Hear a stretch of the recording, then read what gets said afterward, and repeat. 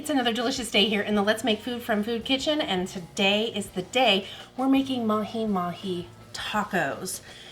I'm gonna alter some things a little bit. Instead of using tortilla shells, I'm gonna use cabbage wraps. You can use lettuce wraps, you can use flatbread, you can use tortillas, you can not use anything at all and just whatever you wanna do. So I have just under a pound here of Mahi Mahi. Unfortunately, it's not fresh out of the water like I would prefer it to be, but we can't always win. I'm landlocked, so I got what I could get. When my friend Sherilyn from Makeup University, go check out her channel, went down to the Florida Keys last May, we had a fabulous time. And one of our favorite things was the Mahi Mahi fish tacos. They were all over the place, as was the Mahi Mahi dip. There was dips all over the place, and there was some variations to it, mostly what was served with it. Seasons were a little bit different inside of it, you know, just some variations. And I'll probably make that at some point too, because it was delicious. And one of the things that I liked was the slaw that came in the tacos. Some of them were mayo based, some of them were vinegar based, and that's what I made in the last video, so I'll put a link to that down below so you can see how to make the slaw. So the first thing we need to do is prepare our fish and get it marinating. It only needs to marinate for 15-20 minutes, so not a big deal. We want to cut these down into smaller pieces for cooking, okay? And it's going to take probably, I'm gonna say 6 to 8 minutes to cook these all the way through. Mahi Mahi is pretty dense. It's not very thin and flaky at this point. So I'm just gonna cut these into pieces, and you want maybe 10 to 12 pieces. This one's a little flatter, so I'll probably just go like this with it. But you wanna be able to put them in your mouth in the taco and not have everything falling apart on you, okay? And you could leave these as whole fillets if you wanted to, but because I'm putting these in tacos, I'd rather have them bite-sized for me. So the first thing I'm gonna do is take my olive oil, okay, and put that on. And you could mix the marinade first, but either way, it's all getting mixed together.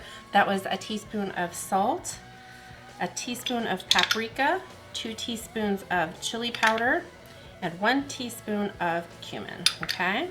I need the juice of 1 small lime.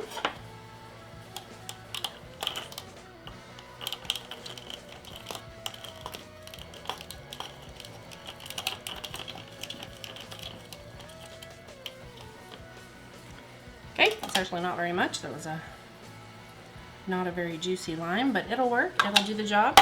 Then I need my 2 garlic cloves. One of them's really big, but I like garlic, so I'm gonna roll with it. Okay.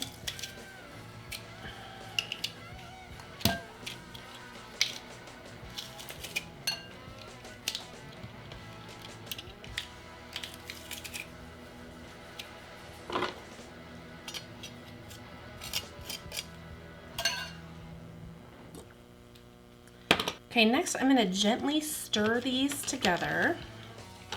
And then it needs to sit for that 15-20 minutes. You don't want to do this very vigorously, because even though it's a firm fish, you could still kind of tear it a little bit. So we're just going to gently stir this all together, okay? Now I'm just going to set this aside. I'm going to get rid of my meat board. I always do meats on this cutting board and everything else on this cutting board, because wood is very porous, and this I can really sanitize. So that's why I do separate cutting boards for my meats versus my veggies. Okay, I've cleaned up, shift gears. We've got about 10 minutes down on our marinade. So now it's time to prep the rest of our ingredients to go in our tacos. So one of the things I wanted to share with you that I learned when I was doing my original show, which was a restaurant review. I went in and I learned a lot with other chefs. It was called What's on the Menu with Michelle Ullman. You can find it on Amazon Prime, and I put the videos here on my channel as well. You can go find those. Caesar at the Pierogies Factory taught me a trick with cabbage. If you take a knife and the flat side and just start removing the thickest part of the rib here, it will be more flexible when you want to bend it into shape, especially if you're doing something like the, what is it, globki? Is that what it's called? Did I say the right thing? You know, the cabbage rolls? I think it's globki. I'd have to go look. Okay, so anyway, I'm gonna do that with all of these just to kind of give a little bit more of a give in my wrap, my taco, quote unquote taco. I know diehard taco people are like, that's not a taco.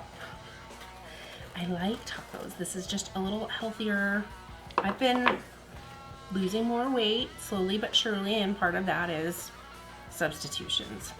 Just a quick shout out. I know I've got some people who are watching who don't comment or say anything, but I know you're in the background. Jill and David are my in-laws, and I wanted to say hi. How are you doing? We are just here trudging along. So I am going to take my shells. I'm gonna just kind of slide them in there a little bit. It's a little weird because they're not flexible like a tortilla is, but it'll work. So I'm taking my taco holders. I got these for home, but I had to bring them here because they're taco holders. And I'm just gonna put these in here. Now, if you're doing 3, obviously use the center. I'm going to go ahead and create my garnishes for my plate. So this is, I used a couple slices off the other end of this tomato for another recipe, but I don't need a ton, so I'm gonna utilize what I have. And I'm gonna make some slices here. And this isn't a garnish, this is actually a topping. Okay, be very careful of your fingers here. All right, and then I'm going to dice it up to top on my tacos.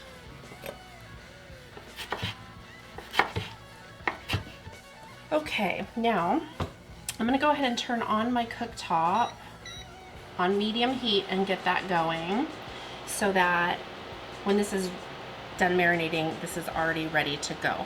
I want with my lemon some wedges, okay?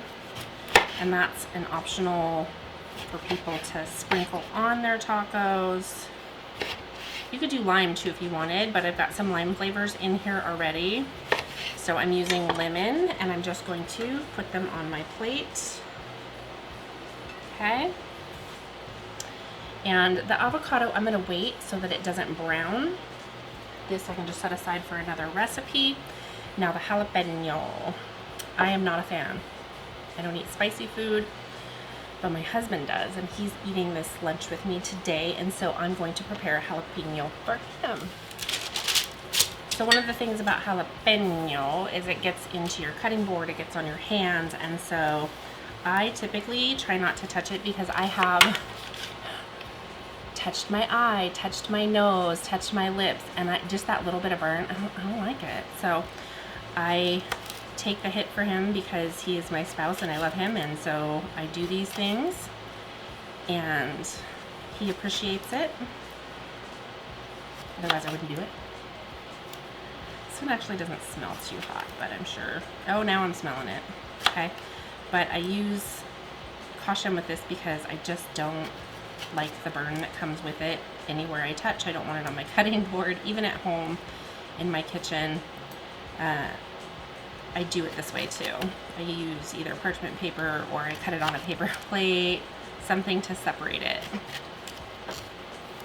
And I try not to touch any open pieces. And it's not because I think it's like gross or anything, I just really don't like the spice. Okay, there we go. So then I can just take this, and then anybody who likes the spicy stuff is happy, and I'm not upset that I got burning anything. So for his plate, I'm just going to take a couple of jalapenos and put them right there. Okay, and I can get this out of the way over there. Like I said, we're waiting on the avocado until the fish is almost done so that it's not sitting there oxidizing. Sometimes I struggle, like I know what the word is in my head, but getting it out of my mouth. Yeah. I'm gonna put some olive oil in my pan. I know that I've got some already on my fish, but I wanna make sure that this isn't gonna stick. Once that has a sheen on it to tell me that it's hot, I'll go ahead and put my fish pieces in. I'm gonna give it one more stir here. Looks like things are nice and coated. Don't forget, we've got garlic and all kinds of flavors on there. Okay.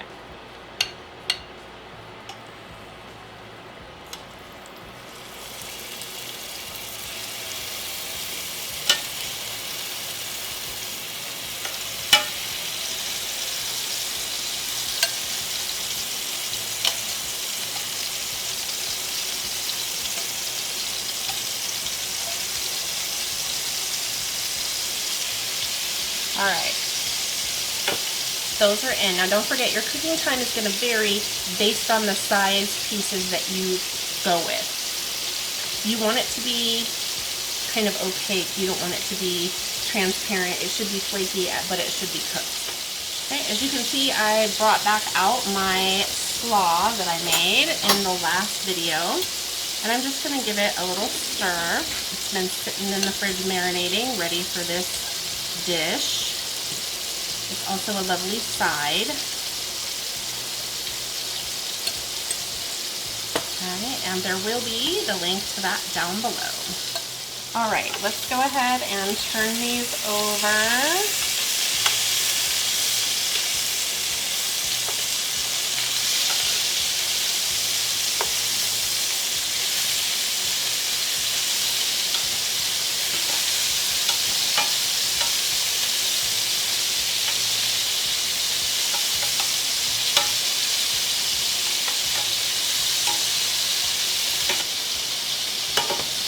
I'm going to go ahead and put a little bed of slaw down on the bottom of each of these.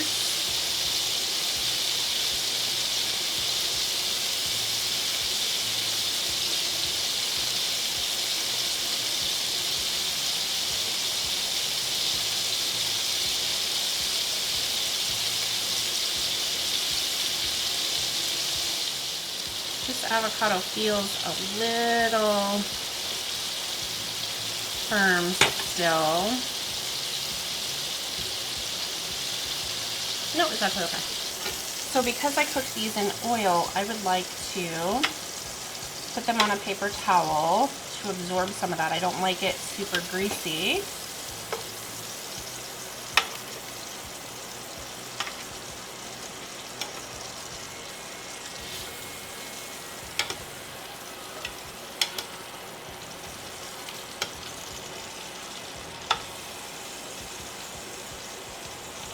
Okay, there it is now. Oh, that's just delicious. I think a hint more salt would be good, but with the slaw, I don't think that I should add it.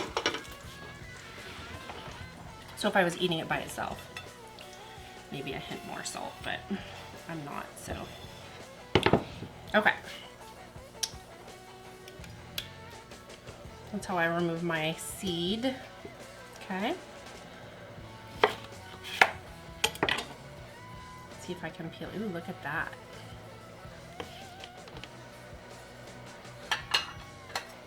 An avocado wedge.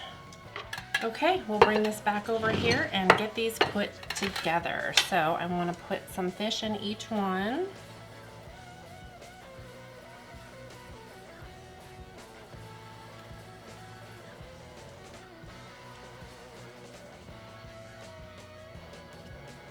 Okay, now we're gonna finish it off with a little more slaw, just a little bit.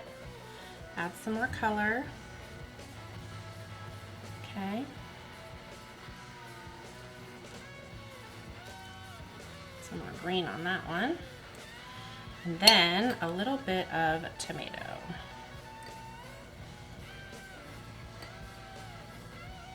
And that is fish tacos for two in cabbage wraps. Okay, now what's left is taking that delicious bite and sharing how it is, right?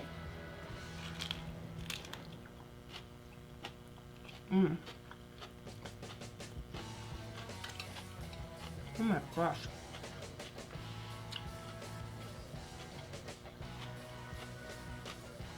So delicious.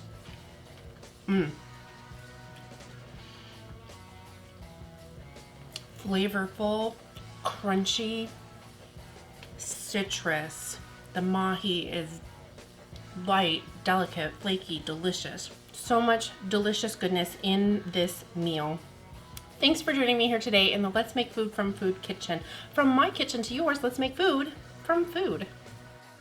That's one boy puppy.